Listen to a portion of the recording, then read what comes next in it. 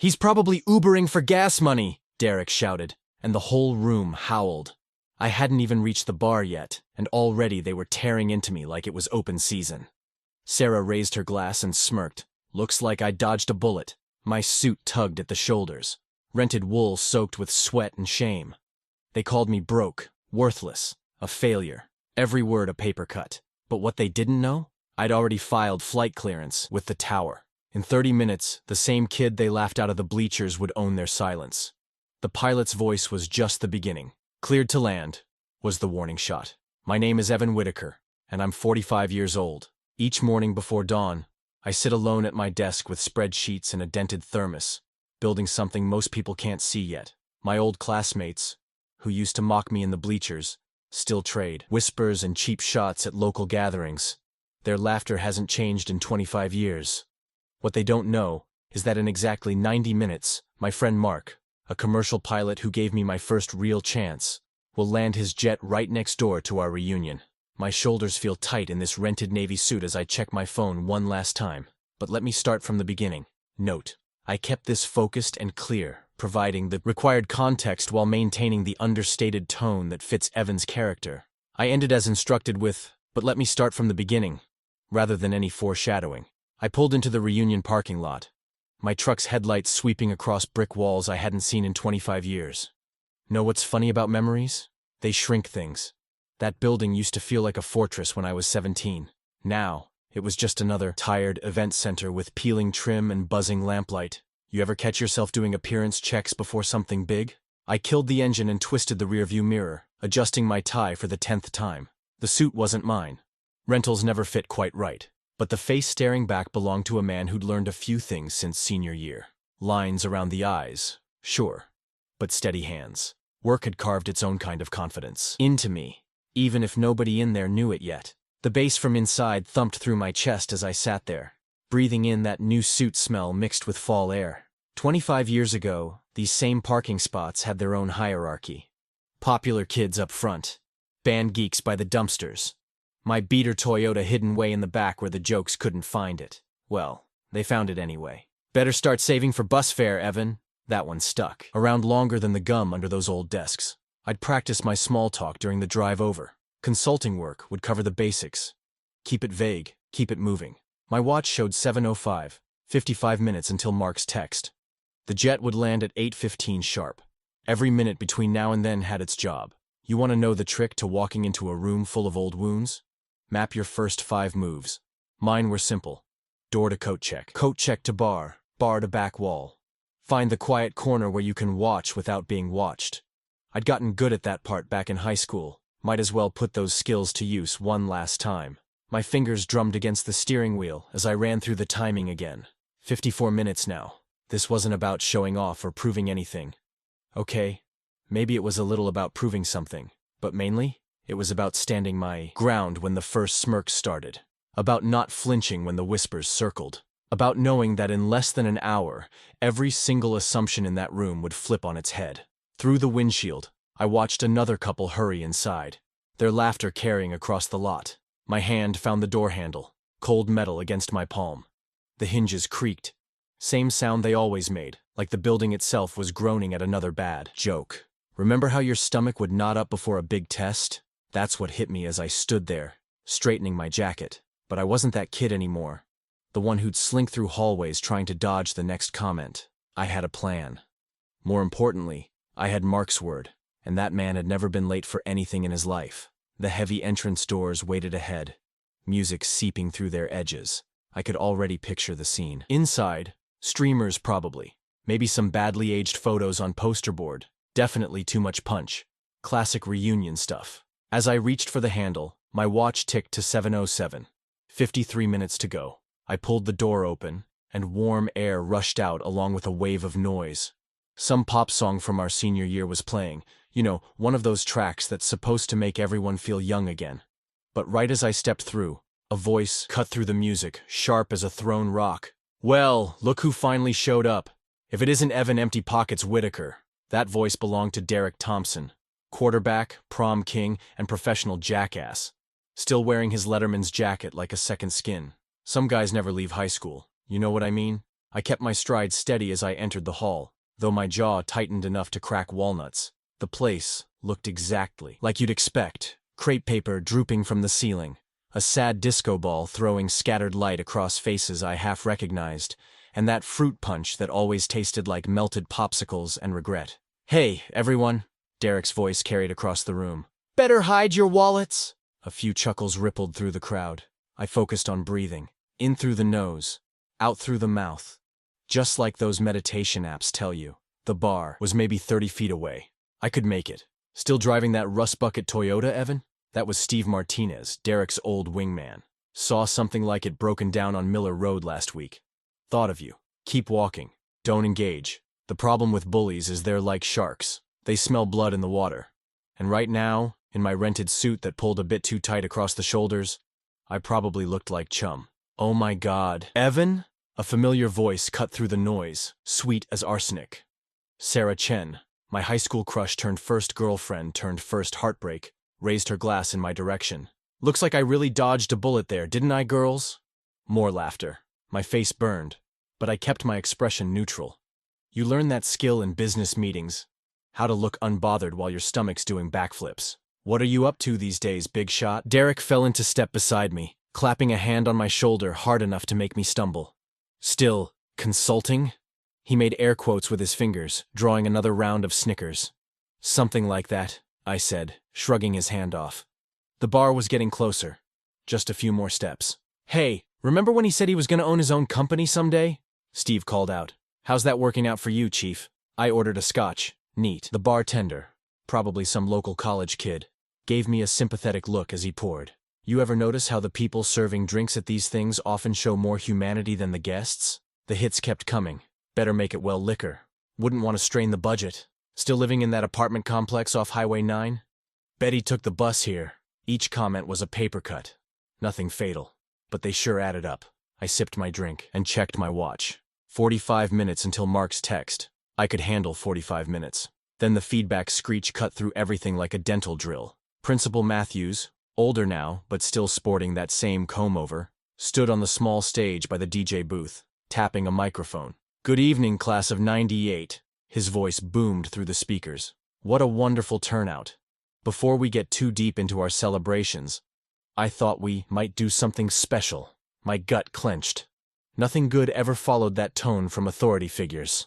Let's go around the room and have everyone share what they've achieved since graduation. Your careers, your families, your proudest moments." He beamed like this was the best idea anyone had ever had. "We'll start at this end of the room and work our way across." Sarah caught my eye from across the dance floor, her perfectly plucked eyebrows rising toward her hairline. The smirk playing at the corners of her mouth said she couldn't wait for my turn.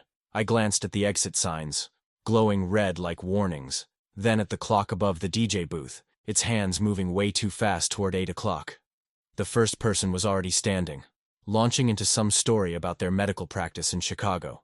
My drink suddenly tasted like battery acid. I'd planned for the usual reunion. Nonsense. The snide comments, the backhanded compliments, the subtle digs. But this was going to be a public execution. The microphone passed to the second person. Then the third. Each success story landed like another shovel of dirt on my grave. I nursed my scotch, watching the ice melt while success stories bounced off the walls like rubber balls. My phone buzzed. A text from Mark. "Tower cleared. 1 hour." You know that moment when you're holding a winning hand but showing your cards too soon would ruin everything? That's where I was, watching the minute hand tick toward 8 o'clock.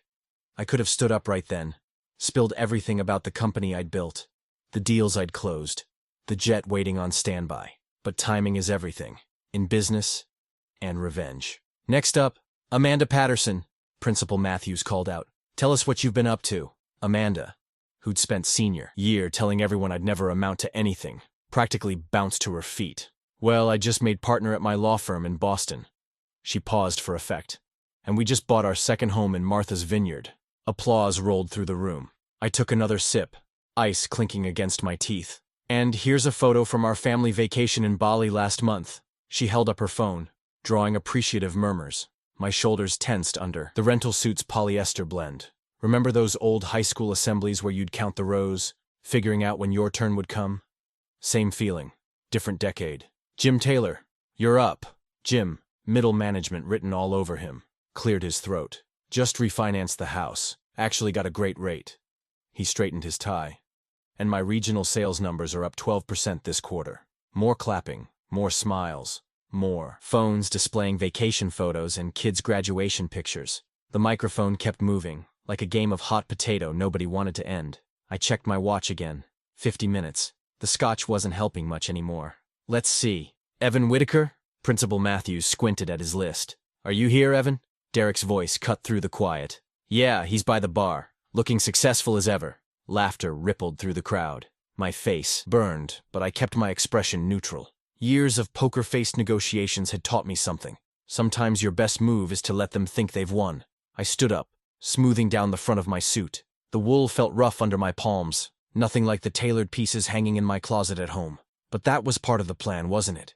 Let them see what they expected to see. I do some consulting work, I said, keeping my voice steady, simple, vague. True, technically. I did consult, just not in the way they'd assume. Mostly independent contracts. Sarah's voice carried from somewhere near the punch bowl. Consulting? Is that what they call it these days? More laughter.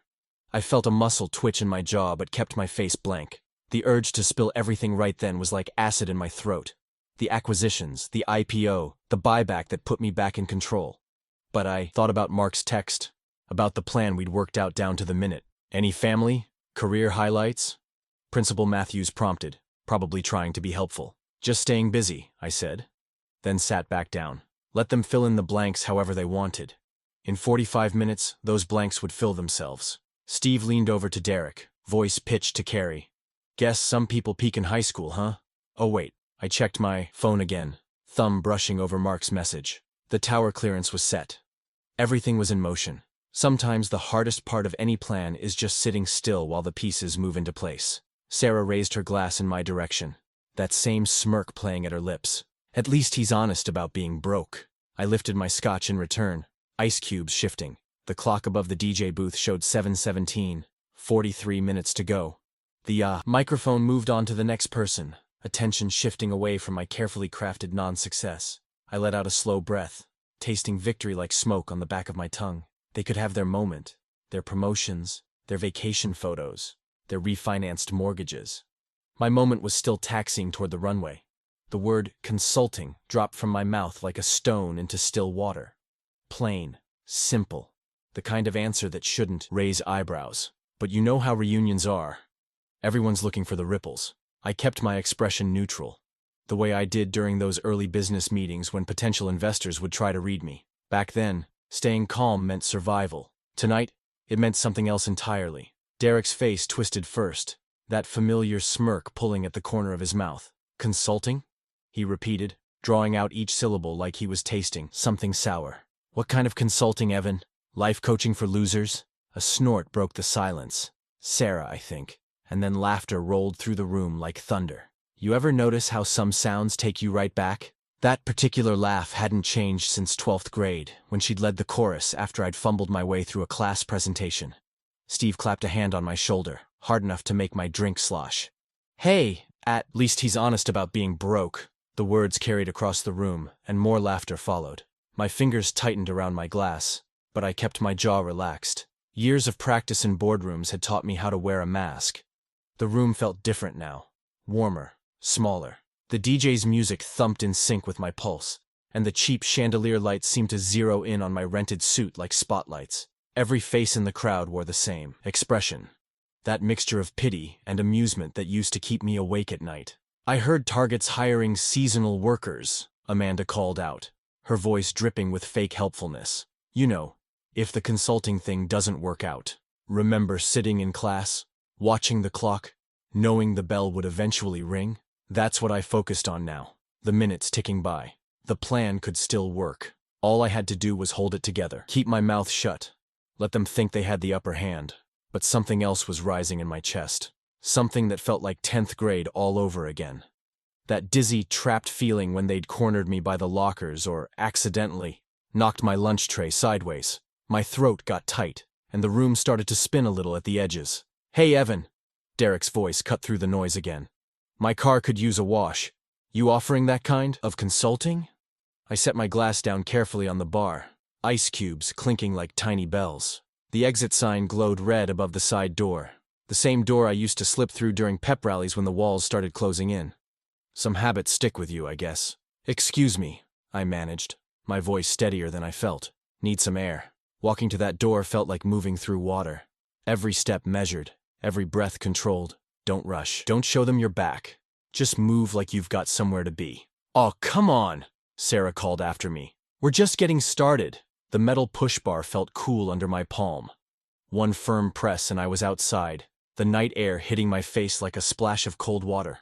The door clicked shut behind me, cutting off the laughter mid-burst. I leaned against the brick wall, letting my head fall back, the same wall I'd pressed against 25 years ago, trying to disappear.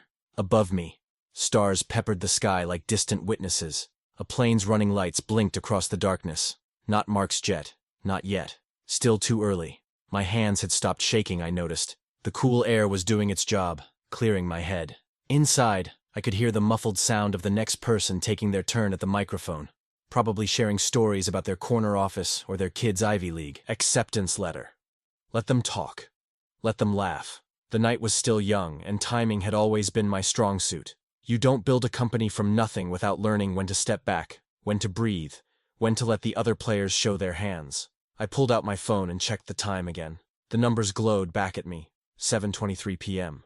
The brick felt cool against my palms as I steadied myself, that familiar metallic taste coating my tongue. You know that taste. The one that shows up when your pride's taking a beating. 25 years later, and my body still remembered exactly how humiliation felt. My truck sat right there in the parking lot, keys in my pocket. Would have been easy to slip behind the wheel, fire up the engine and leave them all to their jokes and their triumph. Hell, I could picture the whole thing. Driving home in silence, pouring a drink, and letting the night fade into just another story about how Evan Whitaker couldn't hack it. Again, the thought caught in my throat like a fishbone. How many times had I done exactly that? Walked away, stayed quiet, let them win. I'd spent years building something real, something solid, and I'd already paid for tonight's finale. The runway fee alone. "This isn't high school anymore," I whispered to the stars, "and I'm not that kid." You ever notice how the biggest tests in life come disguised as perfect excuses to quit? Standing there in the dark, I realized this moment was exactly that. A test. Walk away now, and I'd be throwing away more than just the runway fee. I'd be throwing away every silent morning I'd spent building my company, every contract I'd fought for, every risk that had finally paid off. I wiped my eyes with the back of my hand, damn allergies, and took a deep breath of night air. The plan was still good. Mark was still coming. All I had to do was walk back in there and hold the line for a little longer. My hand found the door handle, and this time there was no shake in my grip. I straightened my shoulders, adjusted the rented suit jacket, and stepped back into the noise and light. The smart play was to stick to the edges of the room, so I kept close to the wall, moving like I had somewhere specific to be. Derek spotted me first. His face lit up like he'd just found free money. "Hey everybody, look who's back. What's the matter, Evan? Uber surge pricing too high tonight?" The laughter rippled through the crowd again, but this time it felt different, more distant, like rain on a roof when you're safe inside. I checked the clock above the DJ booth. 7:35 p.m. Getting closer. "Seriously though," Derek pressed on, raising his voice to make sure everyone could hear. "He's probably Ubering for gas money. Anyone need a ride home? Evan's got you covered." More chuckles followed, but I let them pass like weather. There's a certain freedom in knowing exactly how many minutes remain before everything changes. I lifted my empty glass. Props help when you need to look busy, and drifted toward the center aisle. Better view of the stage from there, and I'd need that sightline soon enough. The DJ was setting up some kind of karaoke machine now, running cables across the stage. Perfect timing. Everyone's attention would be split between the technical setup and whatever fresh humiliation they could squeeze out of my consulting career. I found my spot, just off center, where I'd have a clear view of both the stage and the windows facing the airfield. "Come on, Evan," Sarah's voice carried across the room. "Sign up for karaoke. Remember how you froze during the talent show?" I took another slow sip from my empty glass, ice cubes clicking against my teeth. The memory she was trying to dig up, me, 16 and terrified, standing mute on stage while the whole school watched, felt about as relevant as last year's weather report. The clock read 7:38 p.m. Mark would be starting his pre-flight checks right about now. Ever had one of those moments where everything shifts? Like the world suddenly stops spinning loose and locks into place? That's what happened when my phone buzzed against my chest. The DJ had just fired up "Don't Stop Believin'." Because of course he did. And half the room was doing that swaying thing people do when they're 3 drinks in and feeling nostalgic. I slipped my phone out, keeping my movements casual. Mark's message lit up the screen. 5 minutes out. Tower cleared. My spine straightened like someone had run a steel rod through it. You spend enough time in business, you learn to recognize the point where planning ends and execution begins. This was that moment. I let my eyes drift over the reunion hall while my mind mapped out the next 5 minutes. The key would be staying invisible. Well, as invisible as you can be when you're the night's favorite punching bag. No sudden movements, no defensive speeches, nothing that might telegraph what was coming. Remember those old westerns where everything goes quiet right before the shooting starts? That's how it felt, standing there with Mark's message burning in my pocket. The room kept moving, people kept laughing, but I'd stepped into a different current altogether. Sarah was over by the punch bowl, probably cooking up her next clever comment about my consulting work. Derek had his arm around some poor soul's shoulder, no doubt sharing another hilarious observation about my truck. The whole scene felt like watching a play where you're the only one who knows the ending. I slipped my phone back into my jacket, adjusted my collar, and decided to let them have their fun. 5 minutes isn't long, but it's amazing how much abuse you can absorb when you know exactly when it ends. The trick was keeping my face neutral, not too tense, not too satisfied, just another middle-aged guy nursing his drink at the edge of the party. Through the windows on my right, I could see darkness broken by the steady pulse of runway lights. They looked like a string of blue pearls stretching into the night. Funny how something so ordinary could feel like a countdown clock. The music thumped away. Some pop hit from our senior year that I never much cared for. I matched my breathing to its beat anyway. In for 4 counts, out for 4. An old trick I'd learned during my first big contract negotiation. Control your breath, control your tells. My heart, which had been doing gymnastics since I walked in, finally found its rhythm. The path ahead cleared up like a road after rain. Stand still, wait for Mark's signal, then move. Simple as that. No need to rush, no need to hide. Just let the minutes tick down. The DJ was reaching for his mixer board now, probably getting ready to fade into another throwback track. Through the speakers, Journey kept insisting we shouldn't stop believing. I almost smiled at that one. You know what's strange? How time feels different when you're absolutely certain about what's coming next. Those 5 minutes stretched out like taffy, but they also felt solid, like I could reach out and touch each second as it passed. A burst of laughter erupted from near the stage. I caught my name in the middle of it, followed by something about peak in high school. The old me would have hunched his shoulders, maybe found an excuse to visit the bathroom. But standing there, with Mark's text in my pocket and the runway lights blinking their steady code, I felt something I hadn't experienced in that building for 25 years. Peace. The DJ's hand touched the fader, ready to transition into whatever blast from the past was up next. I checked my watch one last time, not out of worry, but just to appreciate how precisely everything was falling into place. The DJ's hand froze on the mixer, head cocked like he was listening to something in his earpiece. His fingers tapped a few buttons, and suddenly, Journey cut off mid-belief. You could almost hear the ice cubes settling in everyone's glasses. Ever notice how a room full of people goes quiet in layers? First the music dies, then the loud talkers trail off, and finally, even the whispers fade out. I'd seen it happen in boardrooms before big announcements, but this was different. This was pure confusion spreading like spilled wine across a white tablecloth. Then the ceiling speakers crackled. That sharp, static pop that makes everyone look up. A voice filled the room, clear and professional. Cleared to land. You know those nature documentaries where a whole flock of birds turns at the same time? That's what happened. 200 heads swiveled toward the sound, drinks frozen halfway to lips, forks hovering over plates of reunion cake. I kept my spine straight but relaxed, the way I did during million-dollar negotiations. No tells, no smirks, nothing that could link me to what was happening. Sarah, my old flame who'd been so proud of dodging that bullet, was standing near the punch bowl. The puzzled smile on her face reminded me of our senior year, when she couldn't figure out why I'd stopped trying to impress her. Derek and his crew had that sideways look going, the one bullies get when they're not sure if they're about to become the punchline. Principal Matthews frowned up at the speakers like they'd personally offended him. He was probably running through his mental checklist of approved reunion activities, trying to figure out where this fit in. I could have told him it wasn't on any list he'd ever seen. The voice came again, strong and steady. "Cleared to land." Some of you might be wondering why I didn't jump up right then. Why I didn't point to the windows and claim my moment. But timing isn't just about when you act. It's about when you don't. Sometimes the best move is to let everyone else move first. The DJ was the first one to crack. He stood up from his booth and looked toward the exit doors, then back at his equipment like it might explain what was happening. A few people near the windows had already pressed their faces to the glass, cupping their hands around their eyes to see into the darkness. Then someone, I think it was Tommy Chen, who'd always been quick on the uptake, said what everyone was thinking. "Is that an airport radio?" That did it. Chairs scraped across the floor like 100 people trying to scratch the same itch. The crowd moved as one body toward the exits, drinks abandoned, conversations forgotten. Even Derek's group, who'd been holding court by the stage all night, joined the surge. I stayed where I was, feeling the cool weight of my phone in my pocket. Years of business had taught me that power doesn't push. It pulls. Let them wonder. Let them guess. The real show was just beginning. Have you ever watched a wave build before it breaks? There's this moment where the water draws back, gathering itself, and everyone on the beach knows something big is coming, but they don't know exactly what. Standing there in my rented suit, watching my old classmates press against the exit doors, I felt that same energy building. Through the windows, runway lights pulsed their steady blue rhythm, the same lights I'd been watching all night.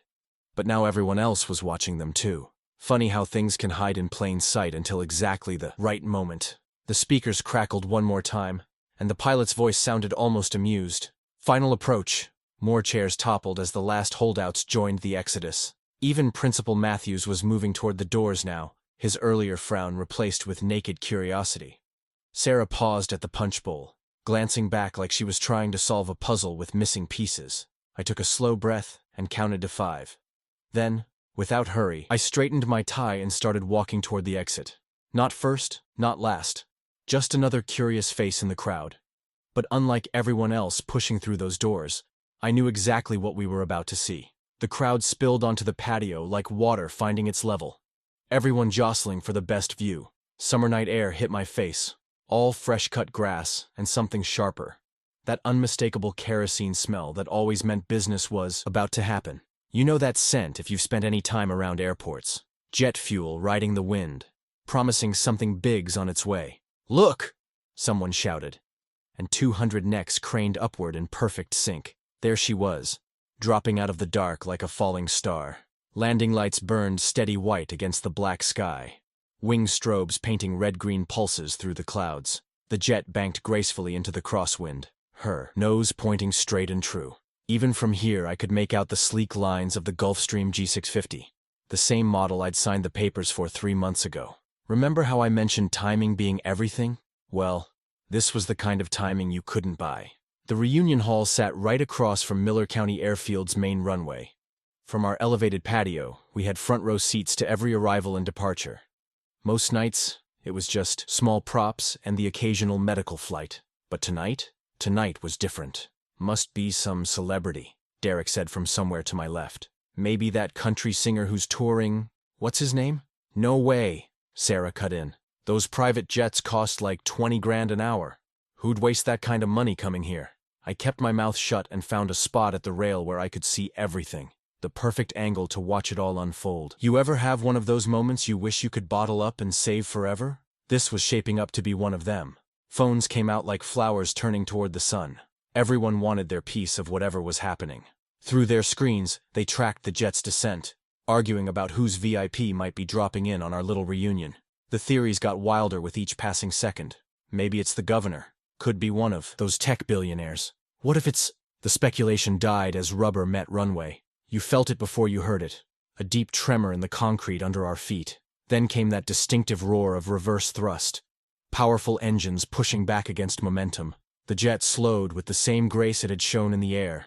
Every movement precise and purposeful. I glanced at my watch. The second hand swept past 12, right on schedule. Mark never missed his marks. It's why I'd trusted him with this part of the plan. 25 years of flying everything from cargo to corporate. And he could put an aircraft exactly where it needed to be.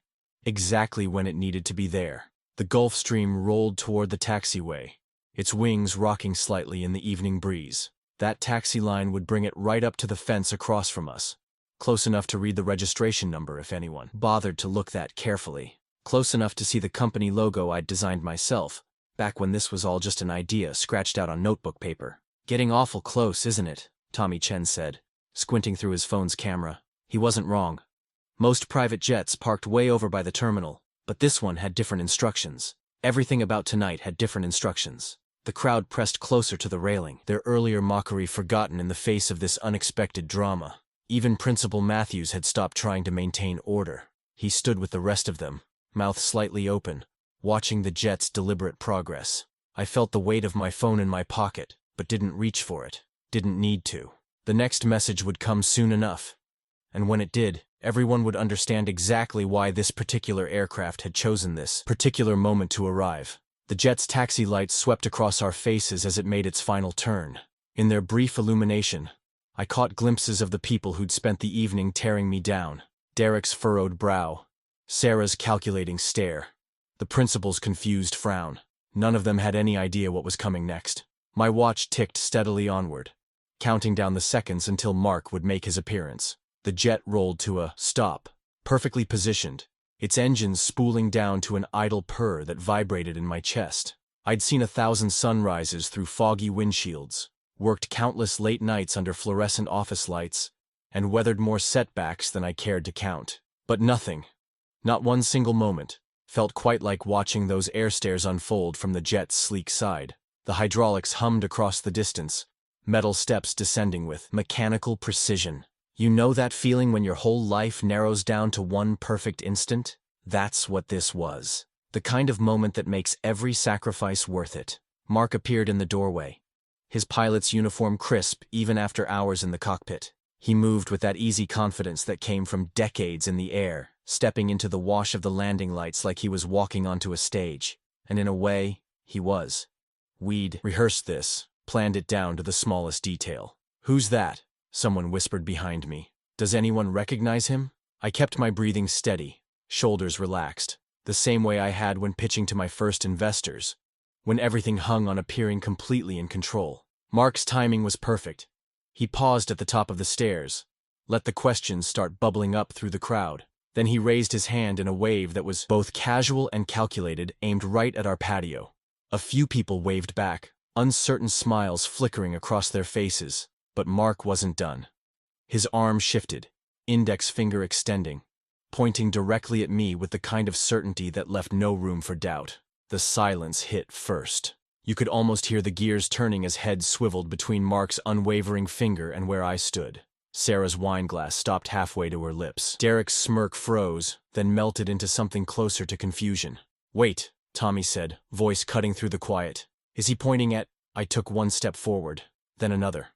A third brought me to the edge of the patio's lighting. No rush, no dramatic gestures. Just smooth, deliberate movement. Like closing a deal you know you've already won. "That's—" Principal Matthews squinted across the fence line, then back at me. "But you said consulting." Mark held his position, arm steady as a runway marker.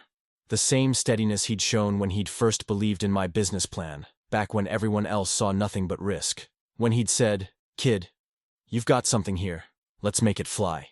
More faces turned my way, expressions shifting like cards being reshuffled. I caught fragments of whispered conversations, the logo on the tail, but he never mentioned. How could he possibly? The jet's engines ticked as they cooled, counting down seconds that felt heavy with revelation. Someone's phone clattered against a glass. A chair scraped back. Small sounds that seemed louder in the weighted air. "Evan?" Sarah's voice carried a note I'd never heard before. Something between disbelief and dawning recognition. That's your company's logo, isn't it?" I didn't answer. Didn't need to. Mark's pointing finger said everything necessary. He'd helped me learn that sometimes the most powerful move was to let silence do the heavy lifting. Just like in those early boardroom meetings where we'd let the numbers speak for themselves. The distance between the patio and the fence felt like more than just yards now. It stretched across years. Across every dismissive comment and sideways glance. Across every time they'd written me off as nothing worth noticing. Mark's gesture held steady. A physical line connecting past to present. From the quiet kid they'd mocked to the man whose jet just commanded everyone's attention. Standing there, I thought about that dented thermos on my desk, All those pre-dawn hours spent building something they couldn't see coming. The weight of recognition settled over the patio like evening dew. You could feel it in the way people shifted their feet, in the subtle repositioning of bodies as the power dynamic tilted. None of those earlier laughs echoed now. None of those judging eyes held quite the same confidence. There it was, painted across the tail in a sweep of midnight blue and silver. The logo I'd sketched on a napkin 15 years ago. 2 abstract wings forming an impossible knot. The company name threaded through in clean letters that caught the landing lights just right. Looking at it now, my throat tightened. You ever pour your whole life into something, then have to watch it slip away? Then fight like hell to get it back? The memory hit me. That first cramped office where I'd worked until my eyes burned. The smell of takeout Chinese and printer toner hanging in the air. Back then, the logo was just a dream taped to my wall. But I'd stared at it during those endless nights when the code wouldn't compile or the investors wouldn't call back. It became something to aim for, like a distant star you navigate by. Building that company nearly broke me. Twice. First during the growth years when I lived on coffee and 4 hours of sleep, checking server logs at 3 a.m. while my classmates posted vacation photos from beaches I couldn't afford to visit. Then again during the sale. God, that still stung. The venture capital guys in their perfect suits, telling me it was time to maximize shareholder value. Corporate speak for, take the money and give up control. I did. Walked away with enough zeros in my account to never work again. But it felt like selling a piece of my soul. Sarah stepped closer, her wine glass forgotten in her hand. I remember reading about this. There was a business journal article. Her voice trailed off as she studied my face. I knew what she was seeing. Not the quiet kid she'd dismissed, but the man who'd built something bigger than her assumptions. The buyback, someone else muttered. That was you. The hostile takeover last year? Hostile. That's what the press called it. They didn't know about the late-night strategy sessions with Mark, the legal battles, the board meetings where I had to sit silent while others decided my company's fate. 18 months of chess moves and careful planning. All to reclaim what I'd built from the ground up. Tommy pulled out his phone, fingers tapping frantically. Holy shit, he breathed. It's all here. The IPO, the acquisition, Jesus, Evan. These numbers. I kept my eyes on the logo. Let them Google. Let them scroll through all the headlines they'd scrolled past before, back when they were too busy mocking my consulting work to notice whose name was in the business section. The truth would hit harder coming from their own searches than from anything I could say. My old company. My new company. My logo. Back where it belonged. Derek shifted his weight, suit jacket suddenly looking cheaper in the aircraft's lights. But you never said anything. All night you just let us. I didn't fill his silence. Some lessons teach themselves. Sarah's face had gone pale, probably remembering every dismissive comment she'd tossed my way. The dodged bullet line from earlier hung between us like smoke. Funny how a single logo could rewrite history so clearly. The emblem caught another flash of light, throwing those interlocked wings into sharp relief. Everything I'd fought for, condensed into one perfect symbol. Building it, losing it, winning it back. Not just a brand, but a statement about who I'd become while they weren't watching. Mark stood steady at the top of those stairs, the logo rising behind him like a judge's verdict. He knew the whole story, had helped me plot the buyback over endless cups of airport coffee, had believed in the quiet guy with the big plans when everyone else saw nothing worth betting on. The whispers spread through the crowd, phones lighting up as people connected dots they should have seen years ago, LinkedIn notifications they'd ignored, news alerts they'd scrolled past, the full picture emerging in bits and bytes of belated recognition. Sarah's eyes met mine, searching for some hint of the invisible boy she'd known. Instead, she found the man who'd built an empire in silence. Her reflection in the window behind her showed exactly what she thought about that update to her worldview. I kept my peace. Let the logo tell its own story. Some victories speak clearest when you don't add a single word. You ever watch dominoes fall? Not the game. I mean those elaborate setups, where one tiny push starts a chain reaction. That's what happened next. One by one, faces changed as phones lit up and reality sank in. The math wasn't complicated. Private jet plus company logo plus my name in the business news equaled a whole lot of crow being served cold. Tommy was the first domino. His swagger melted like ice in August as he scrolled through headline after headline. Whitaker Industries, revolutionary software platform, market valuation. Each fact hit him like a personal insult, probably because he'd spent the last hour tossing those my way. But your truck, he stammered. You still drive that old. Some of us don't need to prove anything, I said quietly. First words I'd spoken since the jet landed, and they landed just as smooth. You know what's funny about reputation? It's like a house of cards. Looks solid until someone pulls out the bottom row. Derek had built his whole image on being the success story of our class. Regional sales manager, company car, that sort of thing. Now he was staring at his phone like it had betrayed him, probably reading about the time I turned down an acquisition offer bigger than his company's annual revenue. The principal, Mr. Henderson, moved through the crowd like he was walking on glass. Earlier he'd smiled at every joke at my expense. Now his face was doing that thing adults do when they realize they've backed the wrong horse in front of witnesses. Evan, I had no idea. Your contributions to the alumni fund could have… I raised my hand slightly, just enough to stop that sentence before it became any more uncomfortable for both of us. Some victories don't need a sales pitch. Sarah's wine glass was still frozen halfway to her lips. The dodged bullet comment from earlier hung in the air between us like smoke in a still room. Her eyes kept darting between me and the jet, trying to reconcile the quiet kid she'd known with the man who could casually park a private aircraft outside a high school reunion. Remember when I mentioned revenge being a dish best served cold? This wasn't revenge. This was something cleaner. Truth breaking through years of assumptions like sunlight through clouds. Every snide comment, every dismissive laugh from the past hour was evaporating in real time. The whispers changed direction. Now they were about the people who'd been loudest with their mockery. Can you believe Derek said, and did you hear what Sarah? Funny how quick that tide turns when the current changes. I didn't move, didn't need to. Just stood there in my rented suit. Yeah, rented because some lessons stick with you even after success, and let reality do the heavy lifting. The jet's engines ticked as they cooled, a steady countdown to whatever came next. Mark was still at the top of those stairs, my company's logo rising behind him like a judge's verdict. He'd told me once, back when we were planning the buyback, success isn't about showing off. It's about being exactly who you are when the moment's right. The moment was right. Every molecule of humiliation they'd tried to paint me with earlier had transformed into something else entirely. Not pride. I'd learned better than that. Just clarity. The kind that comes when truth finally gets its turn at bat. I felt the suit pull slightly at my shoulders as I straightened them. Borrowed cloth, sure, but I stood in it like I owned the night. Because right then, watching reputations reshape themselves in real time, I did. My phone buzzed. Probably another message from Mark about the flight plan. I left it in my pocket. Some moments you just let unfold at their own pace, like watching gravity do its work on those falling dominoes. The airfield's hum deepened as another plane passed overhead, its lights blinking against the stars.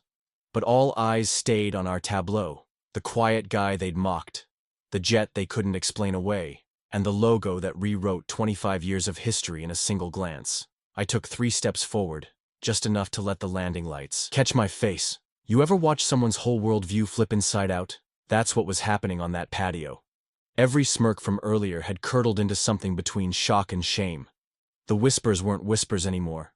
They were full-voiced accusations aimed at the folks who'd led the mockery charge. Did you hear what Derek said about his truck? Can't believe Sarah with that dodged bullet crack. Sometimes karma doesn't need your help.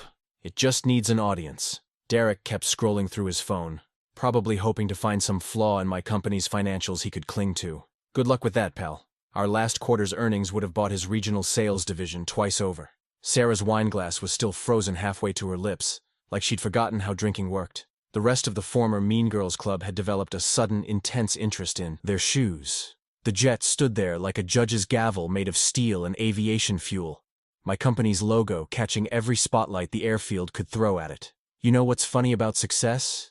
It doesn't need to shout. That logo said more in silence than I could have said in 1,000 speeches. Mr. Henderson, good old Principal Henderson, was doing that shuffling thing with his feet. Earlier, he'd smiled along with every jab thrown my way. Now, he looked like a man who'd just realized he'd bet his pension on the wrong horse. Evan, he started, then seemed to run out of words. I let him dangle there for a moment. Not out of cruelty. I'd had enough of that for one night. But sometimes silence is the best teacher.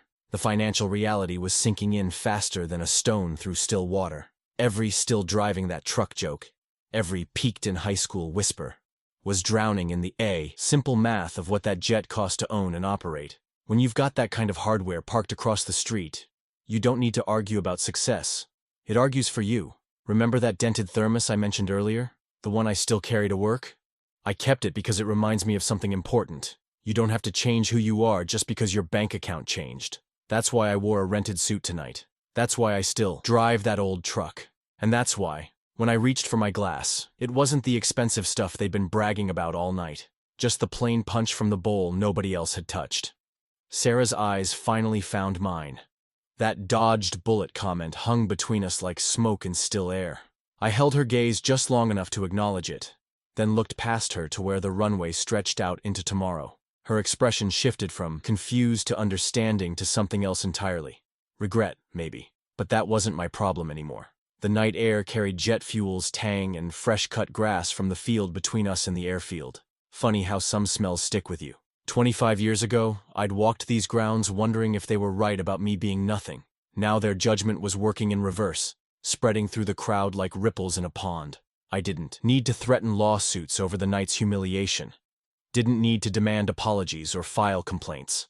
The room was handling that just fine on its own, turning on the loudest mockers with the same enthusiasm they'd once turned on me. Sometimes the best revenge is just letting people face the consequences of their own actions. Mark still stood at attention by those air stairs, every inch the professional pilot, while our logo rose behind him, like the answer to a question nobody had thought to ask. I lifted my glass, letting the landing lights catch the punch's red glow. The gesture pulled every eye my way. Funny how attention works when you're not chasing it. The silence drew them in close, everyone waiting for whatever speech I might give. Instead, I turned toward the jet, our rebuilt company's symbol gleaming against the night sky, and said just 7 words. Respect is earned, never mocked, then let the quiet do its work.